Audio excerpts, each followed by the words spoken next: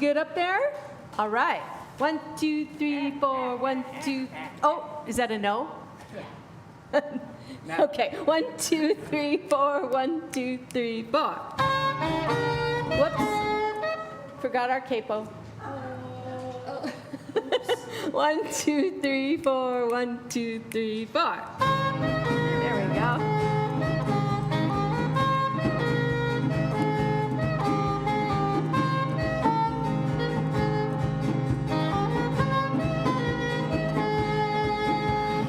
These are the hands. This is the voice to celebrate the goodness of God. I lift up my hands, I lift up my voice to celebrate the goodness of God. So as we wait, our hearts wide open,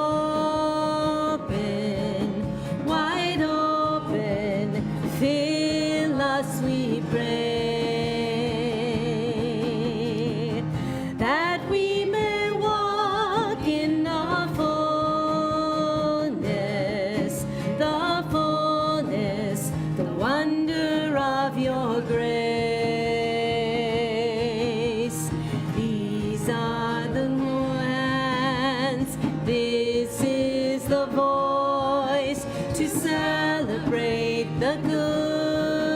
Of God,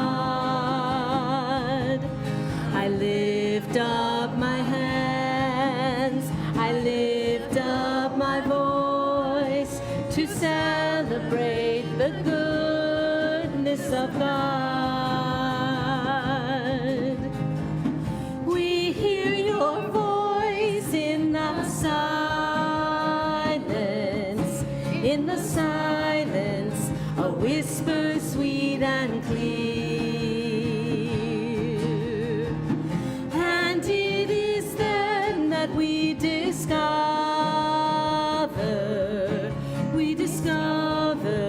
your presence ever near.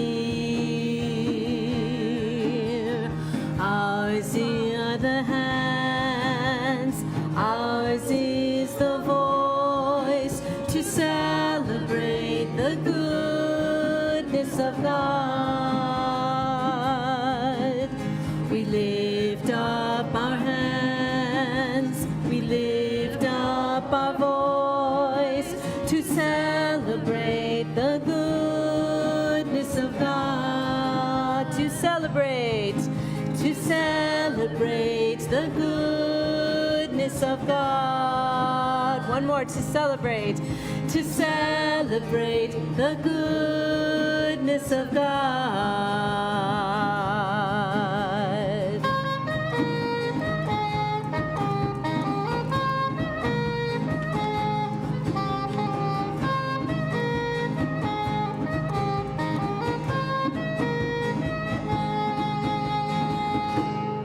Beautiful.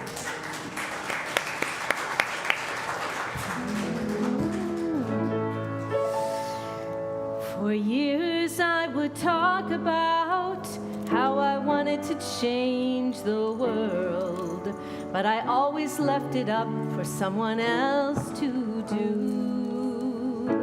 But then I finally realized I needed to take a stand, and that by changing my thinking I could change my life. That's how I could change the world. So let there be peace. I am a stand for peace. Let there be love. I am a stand for love. Let there be joy. I am a stand for joy.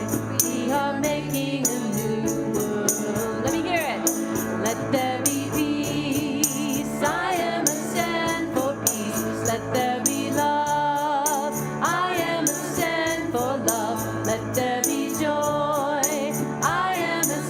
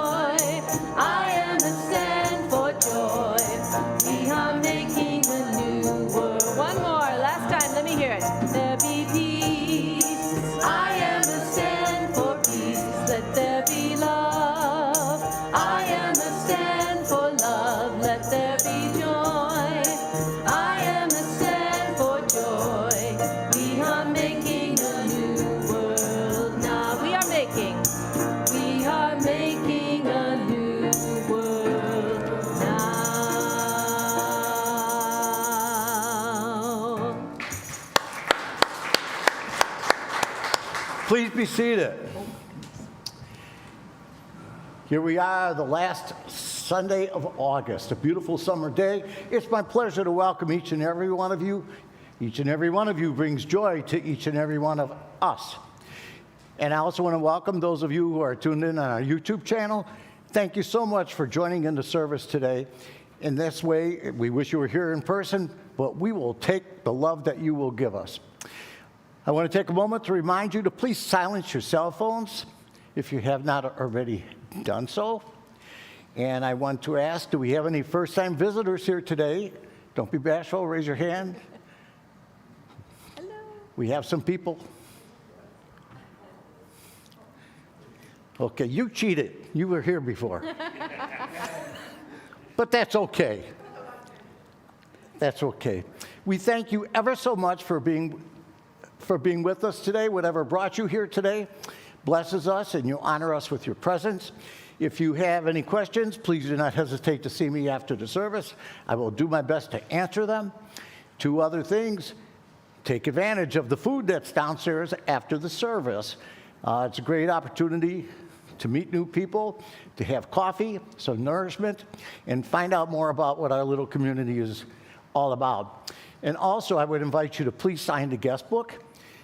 If you give us your contact information, I promise you that you will not be flooded with a ton of emails or anything else, but we'll just occasionally let you know what's going on.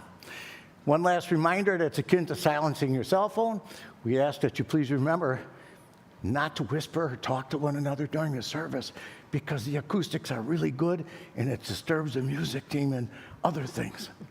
And The music team and other things. I like that. And so with that, I want to invite Bobby to please come forward and share us today's daily word reading.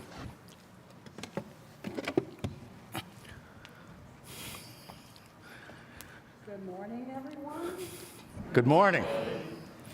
I am your prayer chaplain today, and in case you don't remember, I'm Bobby, and I've been gone for the month of August, just about, so it's really good to be home. It's good to welcome all of you today, and just say, wherever you are on your spiritual journey, we are so glad that you chose to be with us today. I will be here after the service to hold sacred space with you for answered prayer, prayers of joy, and prayers of concern. So please join me. I will be up front, and we can move to a more quieter spot if necessary. So today, our daily word for August 31st is healing.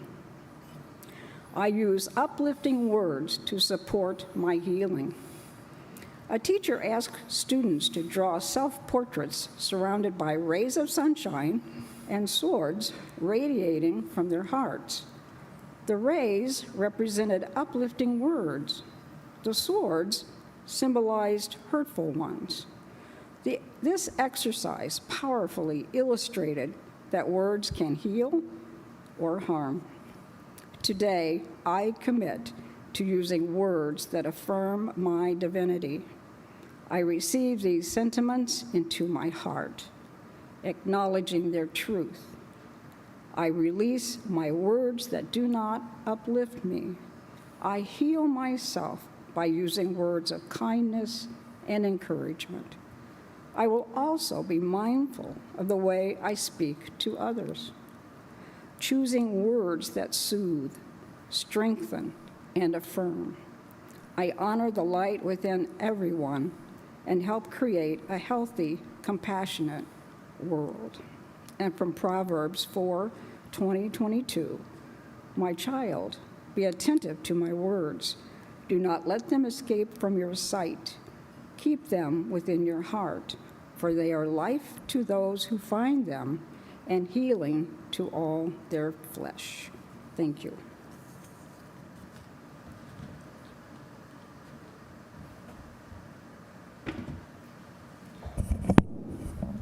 Thank you, Bobby. And now I invite you to pray not our Spirit's unfolding vision prayer, but a special prayer for workers that could be found in your bulletin, and I believe on the screen. We give thanks for the many ways you provide us with the powers of strength, wisdom, and imagination to do the work we are called to do. Whether we are employed, retired, seeking work, caring for our families, doing volunteer work, or learning and growing through play, we know that all work is sacred when done in love. We bless all forms of our work: minds that create, hands that build, hearts that nurture. We are grateful to serve you and one another, and for this time of rest from our labors. We dedicate all of our efforts, seen and unseen, as a reflection of your goodness, grace, and love. Amen. And now may I please impose upon you to return to your feet and join in singing and praying the Lord's Prayer. Our Father, which art in heaven, hallowed be thy name. Thy kingdom come, thy will be done in earth as it is in heaven. Give us this day our daily bread, and forgive us our debts as we forgive our debtors. And lead us not into temptation, but deliver us from evil. For thine is the kingdom, and the power, and the glory forever. Amen.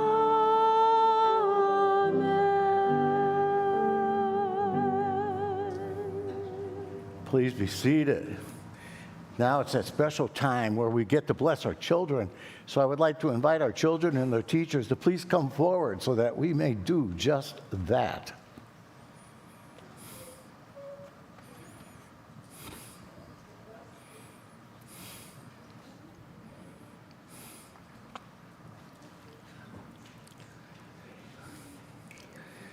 Okay, join me in making this happen. We love you, we bless you, we appreciate you, and we behold the Christ in you and know that you are empowered to do great things. It's in every one of us to be wise. Find yourself, open up both your eyes. We can all know everything without ever knowing why. It's in every one of us by and by. It's in every one of us to be free. Find yourself, open your eyes and see. We can all have everything without ever knowing how. It's in every one of us here and now.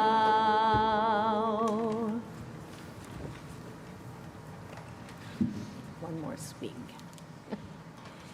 We haven't done this whole song in a while. We've done little bits of it like before our pre-meditation song. I know it's one of Reverend Mike's favorites. It's one of our favorites. The chorus is very easy. Don't be afraid of the light that shines within you. That's literally all it. I don't know if it's up there or not, but anyway, the title is up there, and that's exactly what we're going to invite you to sing. So you'll know it when you hear it. Ready? 1, 2, 3, 4, 5, 6. 1, 2, 3, 4, 5, 6.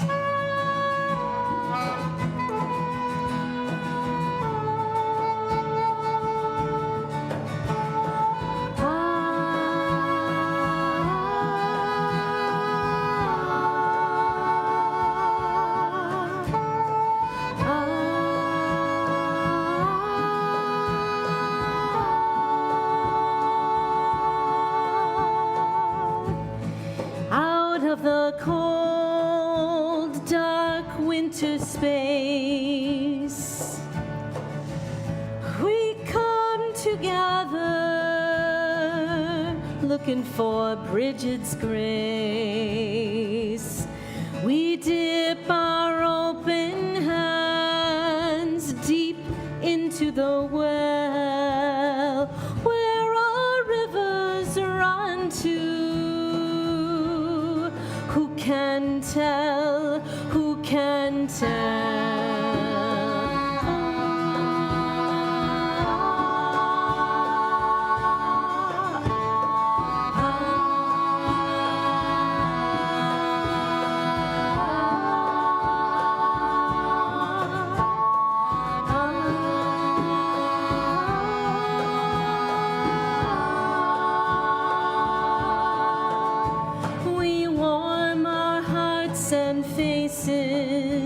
In the heat of the burning flame, something about our spirit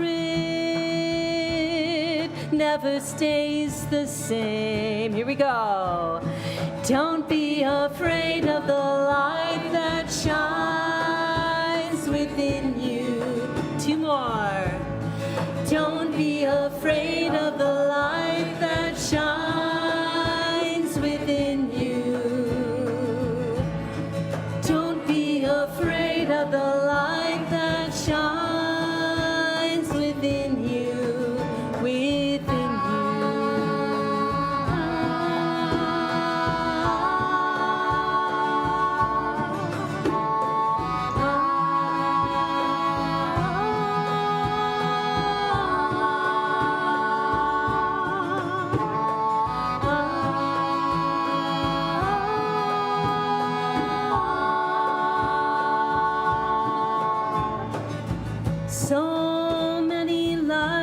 shadows with so much to give away.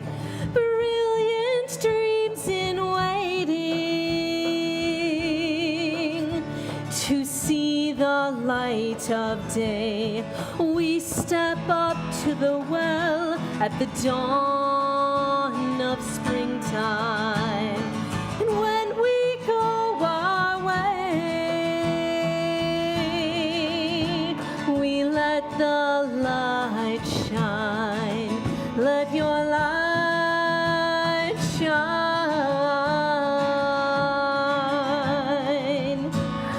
Don't be afraid of the light that shines within you.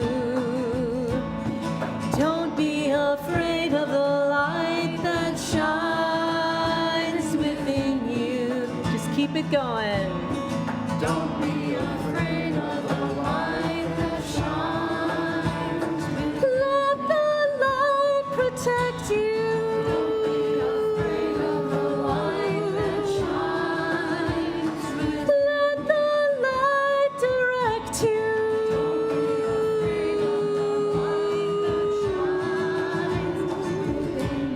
Don't be afraid.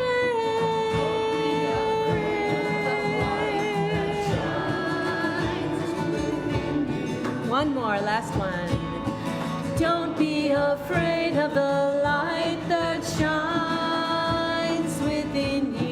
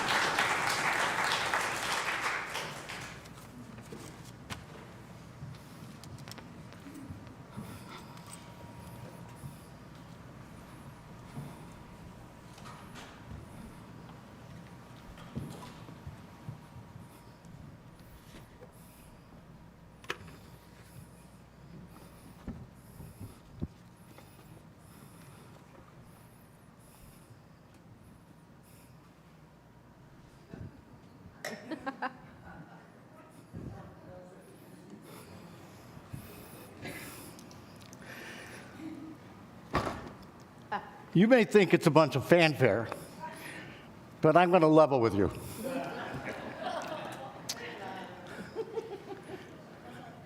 First of all, I want to properly acknowledge our music team for yet another stellar performance in leading us in this worship today. Thank you so much. One quick short story. A young man once went to apply for a job, and he worked his way through the interviews and finally ended up in front of the boss. And the boss asked him a very important question. He said, "What would you regard as your worst characteristic?" And the young man thought about it for a moment and said, "It's probably that I'm too honest." And the boss said, "That's not a bad thing. I happen to think that honesty is a really good thing." And the young man said, "I really don't care what you think." So today is the day before Labor Day. We celebrate the Labor Day holiday tomorrow. And, okay, we had enough effect, okay? The things we do for love.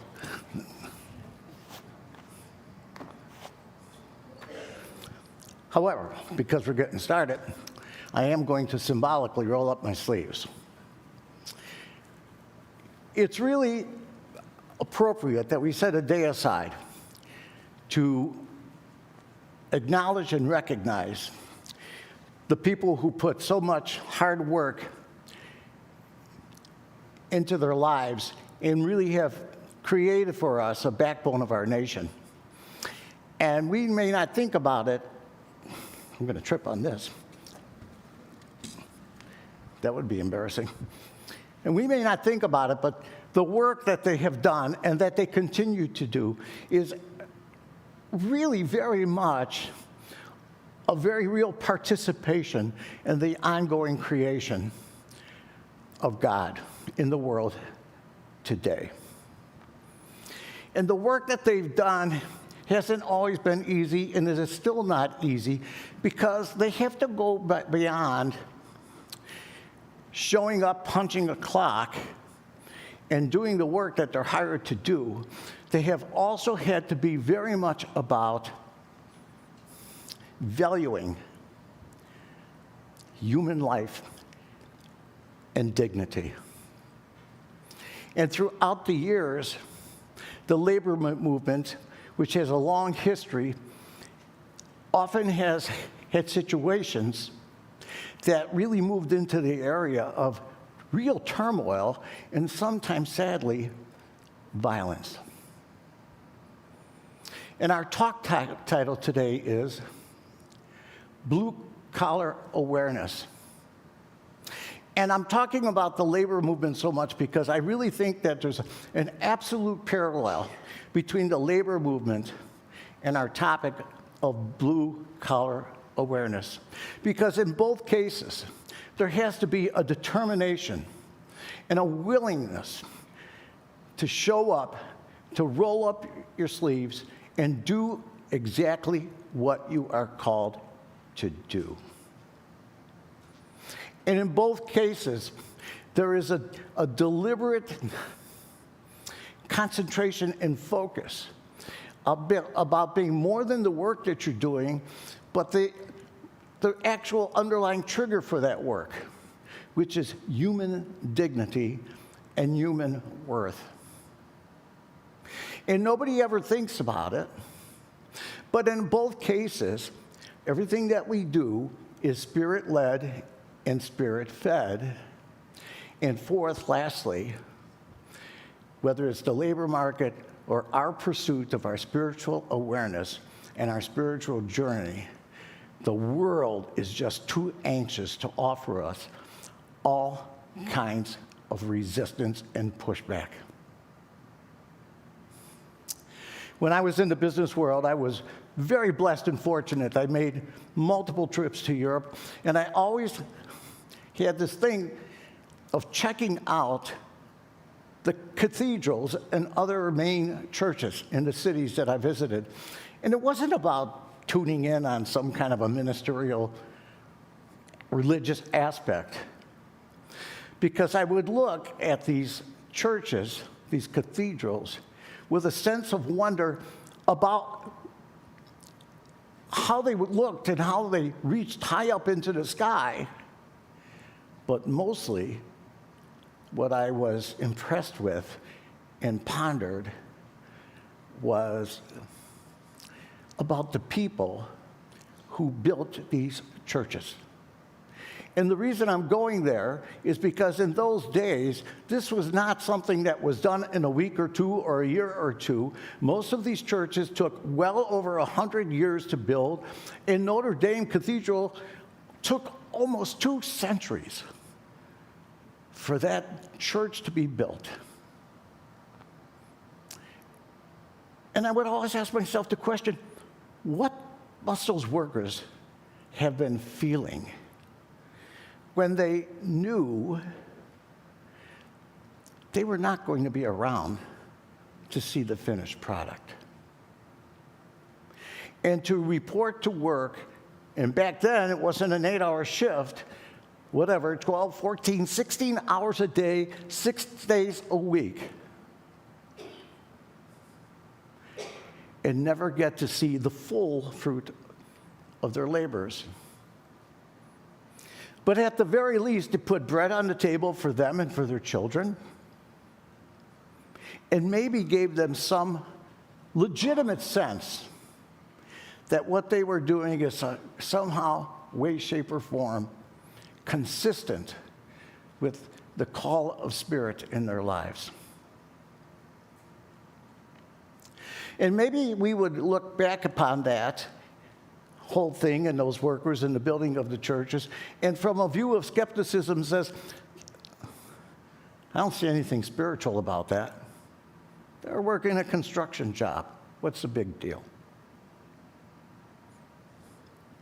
And in a like manner, we may look back, those of us who have been raised and brought up in Orthodox formal religion, and on a scene where we were taught to pray words like, "Oh Lord, I am not worthy," and we were taught lessons that we were basically bad sinners and a really good chance of spending eternity rotting in hell someplace. And we might say, I don't see any spirituality in that. But those were measures of an awareness and a consciousness that was prevalent at the time. And maybe in so many ways, you might sit back and make a judgment. Well, to tell somebody that they were unworthy, to tell somebody that they were small, to tell somebody that they were a sinner, was probably doing much more harm than any of the dogmas and rituals and everything else put together, much more than any good that might have come out of it. And I'm sure that in many cases, that's exactly what happened.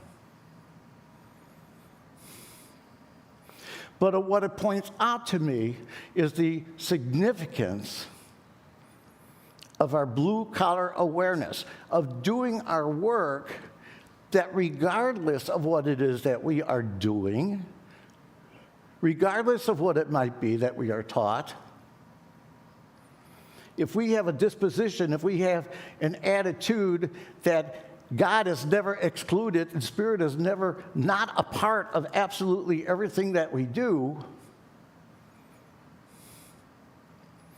then I am sure that there was some real spiritual growth going on some level, and I'm confident that there was perhaps some significant movement in a higher, greater appreciation of just how incredibly precious every single human being that's walking this planet is today.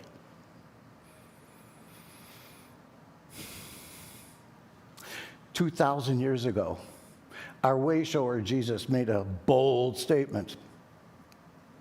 He was talking to listeners and he said, "Destroy this temple, and I will rebuild it in 3 days." And people were like, "Whoa, what are you talking about? It took over 46 years to put this thing together. And you're saying you're going to rebuild it in 3 days?" And so they scoffed at the notion. And it's really important for you to understand the significance of this, because in those days, during that time, culturally, among the Jewish nation, the temple was the be-all of everything. It's where Jews went to worship. It was literally a concrete reminder to them that they indeed were the chosen people, and that it was just a matter of time before the Messiah came along and just rescued them from everything. But you have to understand the metaphysics of Jesus' message that day. Because what he was saying is, get out of that mentality a bit, let it go, and come and understand the temple that could be rebuilt in 3 days is the temple that was within him, and by extension, the temple that was within each and every person that he was addressing at that time. This came to me yesterday when I was really trying to work on the talk, because I really wasn't happy with it. Honestly, I'm still not, but we have work to do. There's an incredible consistency that runs through the scriptures. We never think about it. But the fact remains, when you do think about it, that everything that God ever wanted to make manifest in the world, Spirit called on somebody to make it happen. Abraham was called, Isaac was called, Jacob was called, Daniel was called, Isaiah, all of the prophets were called. Okay, Noah was called to build an ark. I'm betting he didn't even know what a cubit was. Okay? And then I thought, why is that? Why is that? How can it be that the same God that created the world, okay, supposedly in 6 days, had to keep imposing and calling on people to make what he wanted or she wanted to happen in the world go through the hands and the efforts of somebody else? I mean, if God wanted his or her people to be freed from slavery in Egypt, he could have just sent a lightning bolt, in between the eyes of the Pharaoh. What's the big deal? But the insight that came to me in thinking about this, it never was about the job. It always was about instilling in the individuals involved that an awareness that they could do the job. It was blue-collar awareness. It was a spiritual, you got this. I don't care how intimidated you are. I don't care how overwhelming the job might seem. You've got this. See, it's always about consciousness. It's always about awareness. It's always about showing up and punching a spiritual clock and saying, I am here. And then listening, even not particularly about a specific for you to do, but just knowing that you can do whatever you want to do. I mean, think about it. Do you think that God is really impressed with steeples reaching up, a couple hundred feet up into the sky? Do you think God was really impressed the day that a human being walked on the moon? Do you think God was impressed with those manifestations? Or was there a spiritual celebration in the awareness that humankind came to in order to make these things happen?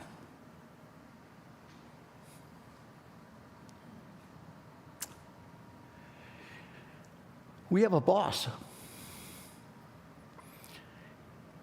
And that boss is that Christ essence, that Christ light that we're always talking about in unity. And the boss has a simple charge. Let me go. Let me be. Let me shine. And every day that we come to work, we get that same inner message from that light inside of us, from that Christ essence inside of us. And you could treat that boss like you treat maybe many bosses that you've had in your life. Yeah, well, whatever, I'll get to it. Except it's not going away. And the only way that you're ever going to make some sort of a significant difference in your life is when you actually do what that boss is asking you to do, not because the task involved is all that important, but because you have an awareness that you can do this job. And the beauty of it is, once you're equipped with that awareness, once you've done the real work about changing what's in your heart and mind, you get to pick. How am I going to participate in this wonderful thing that we call creation today? What am I going to do today that's different? What am I going to do today that is going to make a difference in my life? See, we don't live in a time now where temples are crumbling or churches are crumbling, unless, of course, we're talking about a war zone like the Ukraine or Gaza. But there are other things that are crumbling. Things that are represented by, the CDC today, the EPA, FEMA, the Supreme Court, the Smithsonian, Arlington Cemetery, just to name a few out of many.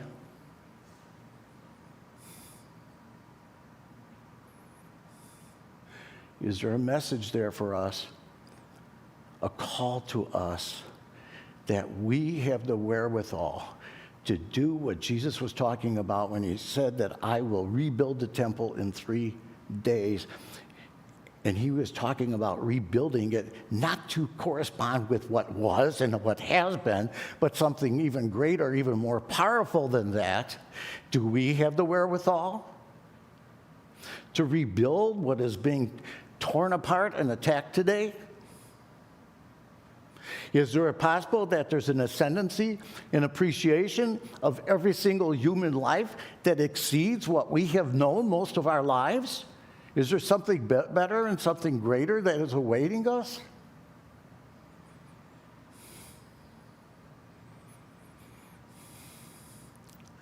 If we can move our awareness in the direction of appreciating that we, in fact, are chosen people by virtue of our spiritual DNA, our spiritual lineage,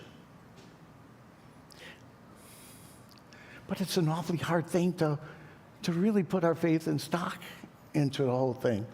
But I will tell you this, if you're looking at this and being overwhelmed with, oh my God, to make such a difference in the world, just such a long way to go, that's a healthy sign. Because it shows your awareness. And if you're coming from a place like, I'm only one person and I'm only a small person, what power do I have? What am I going to do about it? But our real strength always comes from our weakness. Our real strength is when we finally maybe say, you know, I've tried everything else, everything my brain could cook up.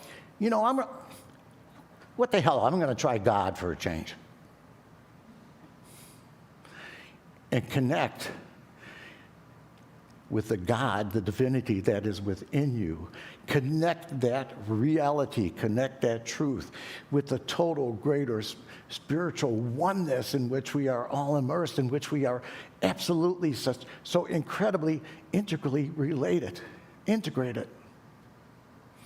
It is never, ever something that is separate and apart from us.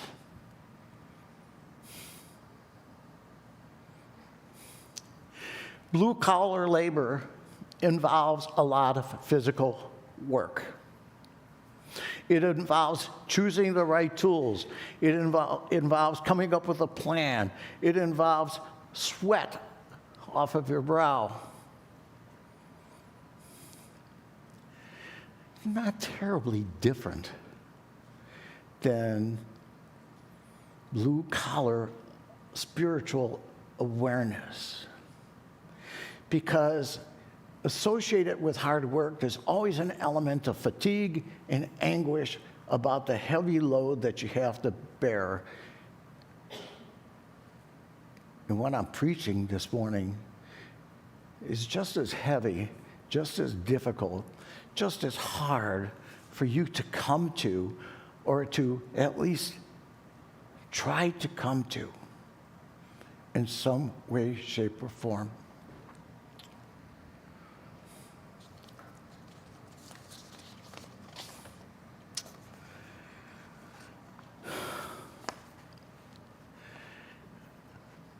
The pushback that the world gives us does not mean that we are unimportant or insignificant in making it come through.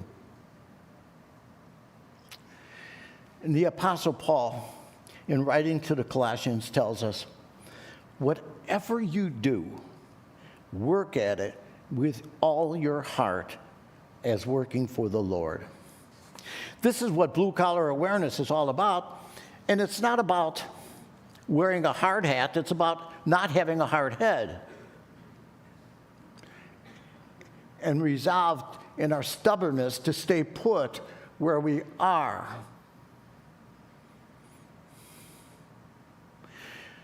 The message this morning is not about rallying you to go after, directly anyway, in a really big way, some of the things that are obscenely standing in front of human dignity and blocking the light.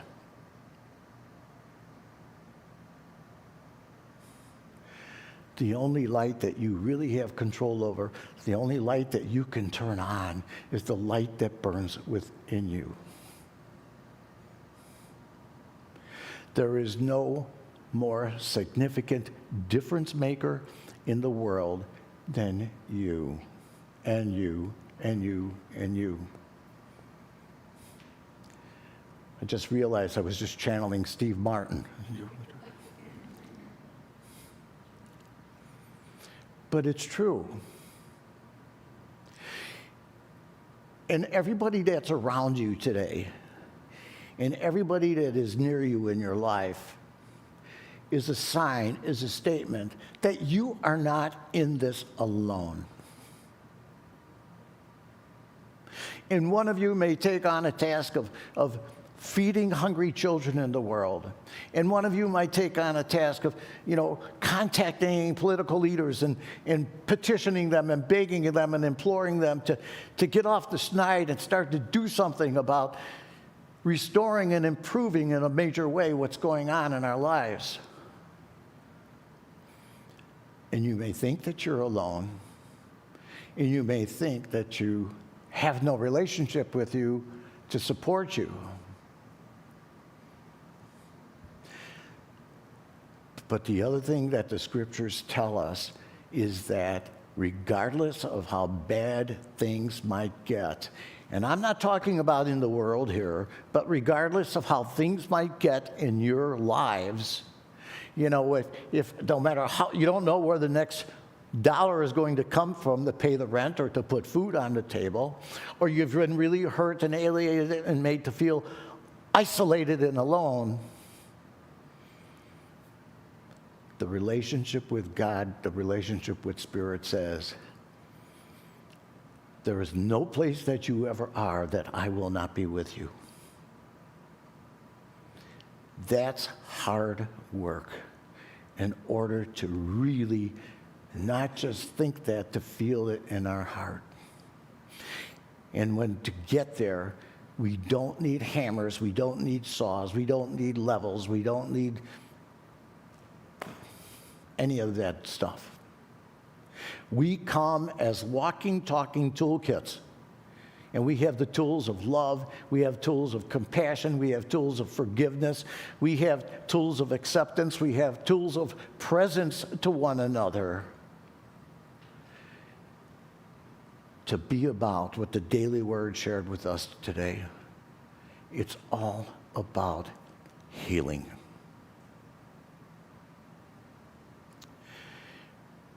Myrtle Fillmore has told us, pray unceasingly. I echo her words and rephrase it a bit and say, don't just pray,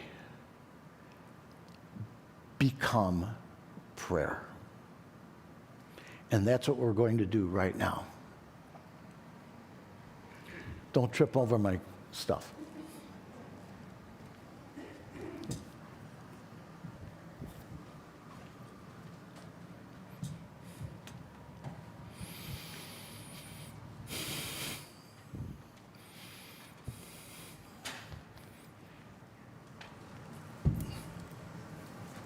We don't need this.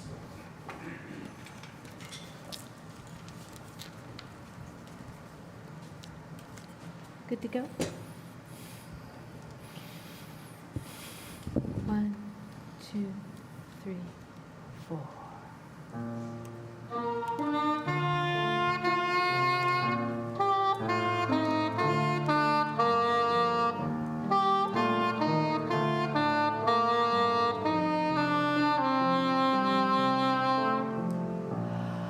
In the silence, there is a sacred place, a secret meeting place.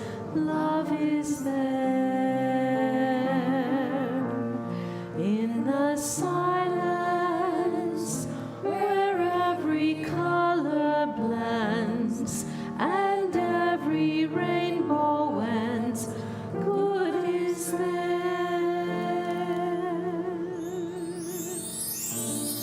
In the light now you find that you know peace of mind.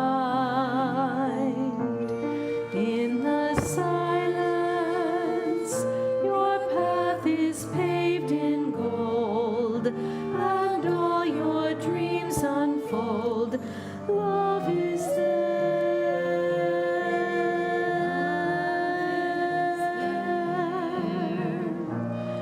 Peace is there.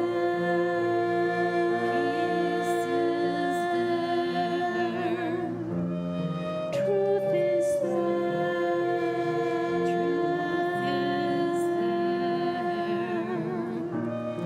God is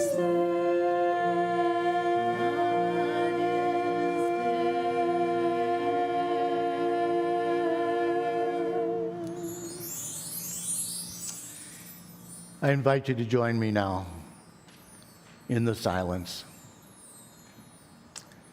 Allow yourself to feel the comfort of the room, the security of the chair that holds you, the groundedness of your feet on the floor. It's a solid time.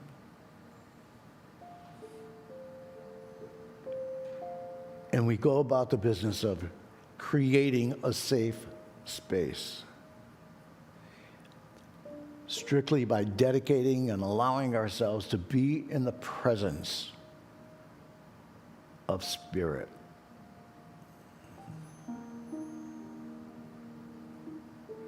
And if we could just move our minds and our hearts into that knowing,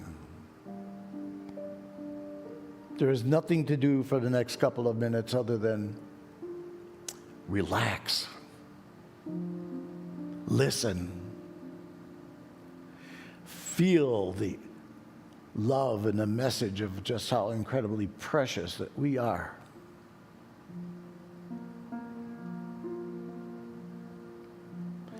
And everything that we want, peace, love, joy, hope, understanding, it all awaits us in the silence.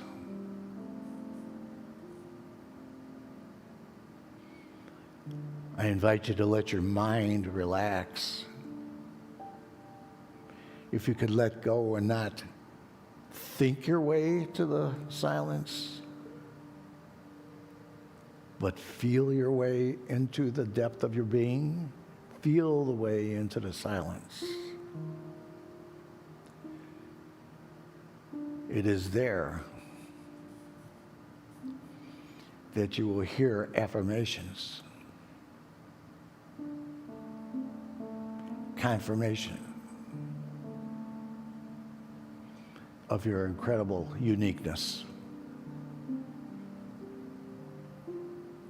and your role in it all.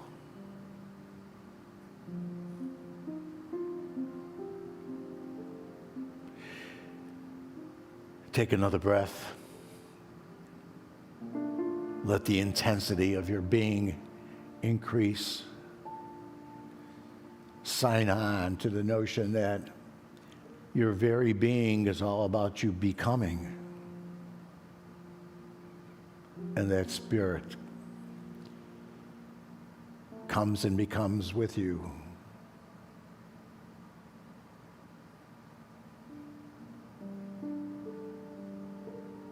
And you continue your journey. A journey which exceeds heights that you ever may have imagined before.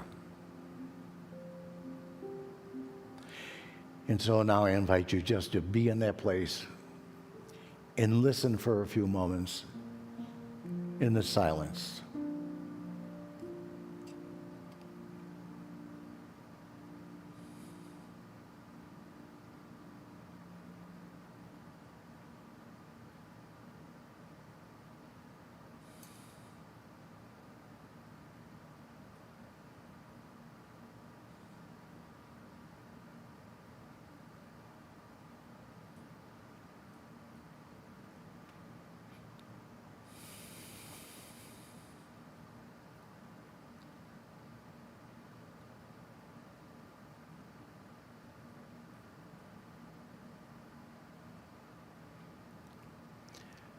I invite you now to return to the space, to reawaken to this space. And let your reawakening to the space parallel the reawakening in your heart and in your mind and in your soul, so that you return with a greater heightened sense of joy, a greater heightened appreciation of just what it means to be alive. Open your eyes as you are comfortable. See the beauty in the room. Feel the warmth and the love in the room.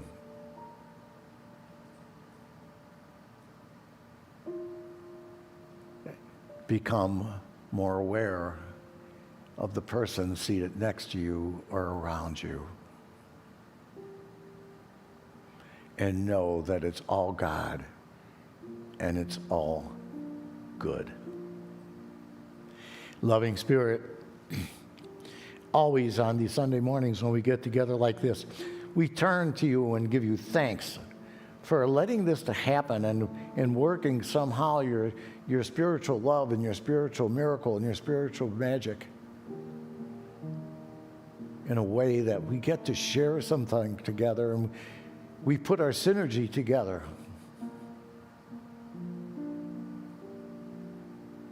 And smile in faith and confidence, in the joy and the happiness, in the new Garden of Eden that we were sent here to create. Thank you, Spirit, for all of this and so very much more. And so it is. Amen.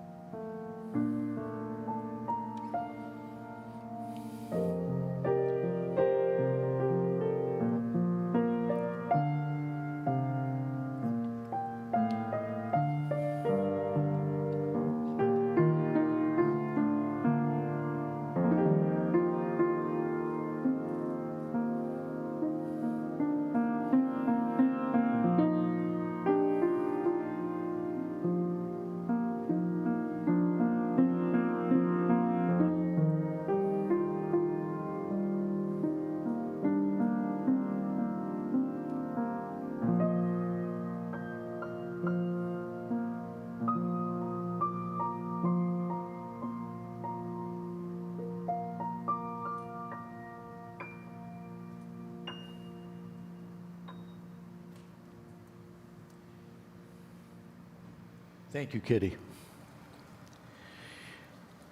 Now it's time for our sacrament of giving and receiving, a time when we share our monetary gifts that help keep the lights going and the air conditioning going and all of those kinds of good things that come with maintaining a building. But mostly always I want to acknowledge the giving of yourself, which this church family does so incredibly generously and unselfishly, and understand what a difference that you make to each and every other person that's part of this group. So join me now in praying our affirmations. God is my instant, constant, abundant source of supply, and divine love flowing through me blesses and multiplies all the good that I am, I have, I give, and I receive. Divine love flowing through us blesses and multiplies all the good that we are, we have, we give, and we receive.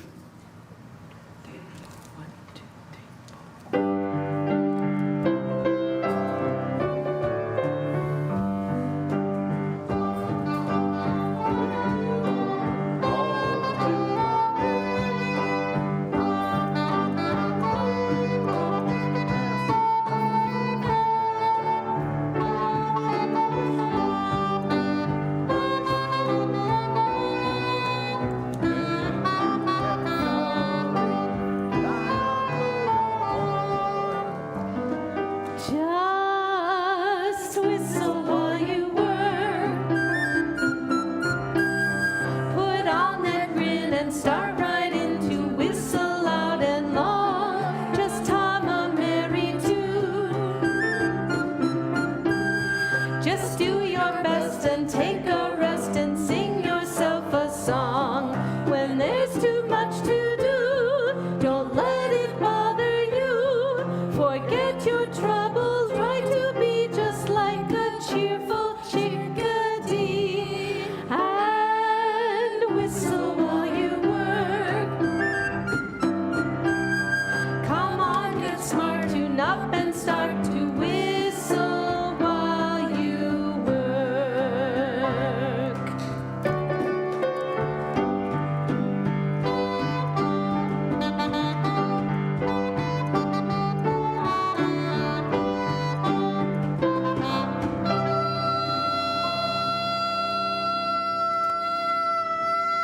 He's turning blue. He's turning blue.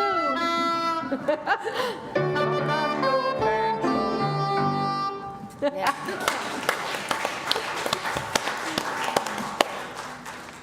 Thanks for making it fun. We need fun. Okay, so this brings us now to our announcements. There aren't many. The men's group is meeting online this Tuesday. The group meets the first and third Tuesday of each month, and all men are invited to attend. Next one is really important. Our annual church picnic is coming soon. We will barbecue and play games. Please sign up to bring a dish to share and to help set up and clean up. Everyone is invited to this fun annual event, so please bring a friend along or a pet. Unity is hosting their 32nd annual celebration of the Unity World Day of Prayer. Unity Worldwide Ministries will be broadcasting their opening ceremony online on September 10th. And our prayer chaplains will have their service on Thursday morning at 10 o'clock, September 11th, right here in the sanctuary. We hope all of you will consider joining us. And if you have not yet taken the Saturday late afternoon service survey, please stop by the podium, which is near the guest book, to complete it. We ask that you take the survey only once. No stuffing of ballot boxes here. That concludes our announcements, and so I invite you to stand, rise, and confer upon one another our congregational blessing by turning to the person next to you or across the aisle, and then remain standing for our prayer of protection and our peace song. Let's do this. We love you, we bless you, we appreciate you, and we behold the Christ in you, and know that you are empowered to do great things. And our prayer of protection, the light of God surrounds us, the love of God enfolds us, the power of God protects us, and the presence of God watches over us. Wherever we are, God is, and all is well. Let there be peace on earth, and let it begin with me. Let there be peace on earth, the peace that was meant to be. With God as creator, united all are we. Let us walk with each other in perfect harmony. Let peace begin with me. Let this be the moment now. With every step I take, let this be my joyous vow. To take each moment and live each moment in peace eternally. Let there be peace on earth, and let it begin with me.